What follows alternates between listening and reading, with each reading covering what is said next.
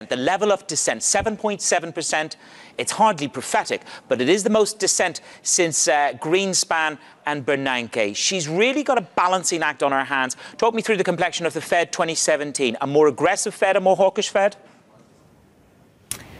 Well, Manus, I think that what is clear is that the Fed has mastered the art of dovish tightening. The Fed has basically presided over a remarkable year for growth in employment, which is with the economy clearly running a little bit on the hot side, in the words of Chair Yellen, and bearing down on the unemployment rate. And that has ultimately allowed the Fed, I think, a key strategic lever with respect to focusing on financial conditions, on macroeconomic conditions, but also having a strong handle on financial conditions. In other words, a differential message between a data dependency on an economy that it wants to, where it wants to see excess capacity diminish, but also keeping control on financial conditions. And so far, the Fed has done actually a good job given the dissent. Lena, I'm looking here at WIRP, the implied probability function on the Bloomberg, and now we're at 17.1% for November, the probability for a hike. It's ticked up by just a whisker. JP Morgan described today's meeting as a bit of a kabuki dance in terms of the posturing. What language are you looking at? I might need a dictionary for that one.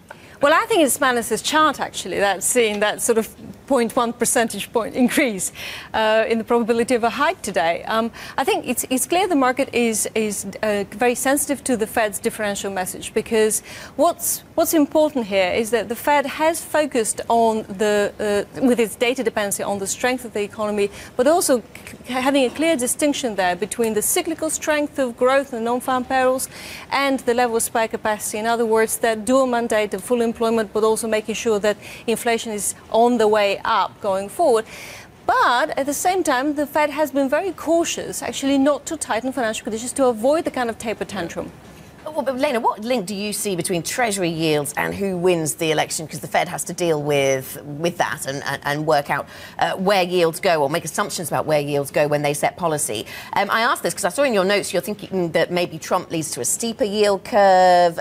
Some of our colleagues at Bloomberg have done some analysis that suggests that yields, this is at the 10-year time horizon, climb whenever Clinton has a lead. And it seems, depending on what assumptions you make about how fiscally grandiose any new leader in the US is going to be, you can come to either conclusion, perhaps.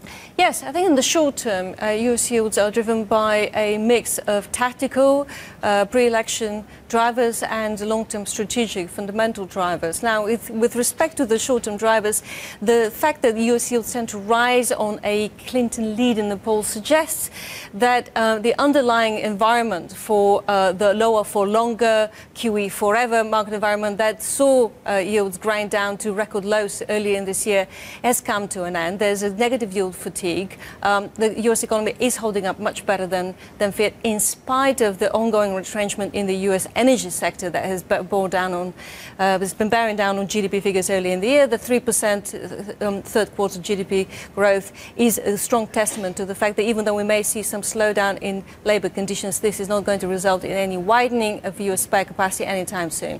And also, of course, the fact that OPEC is underwriting a floor underneath oil prices, and that's supporting inflation expectation premium.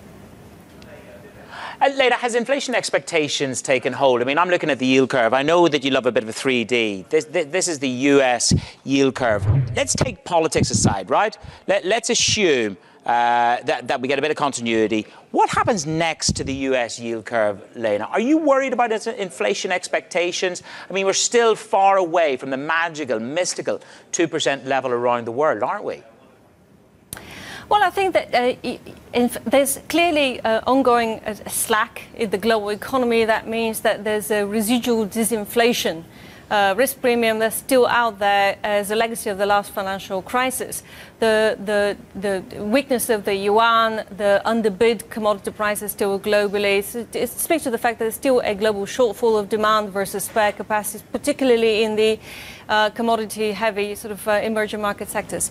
And that means that yes, inflation, disinflation is a theme, but what is clear in the past quarter or so, and in the past month especially, is that inflation premia have simply been underpriced, and especially the fact that US inflation is clearly higher than widely perceived.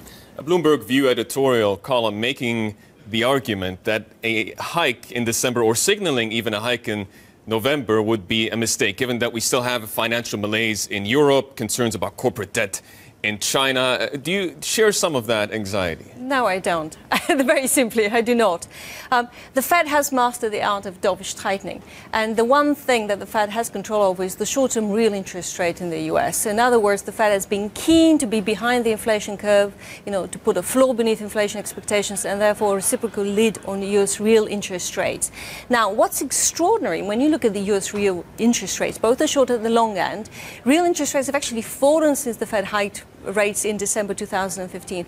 Long-term 10-year real interest rates have actually dropped 30 basis points. And so the US real yield curve is actually flatter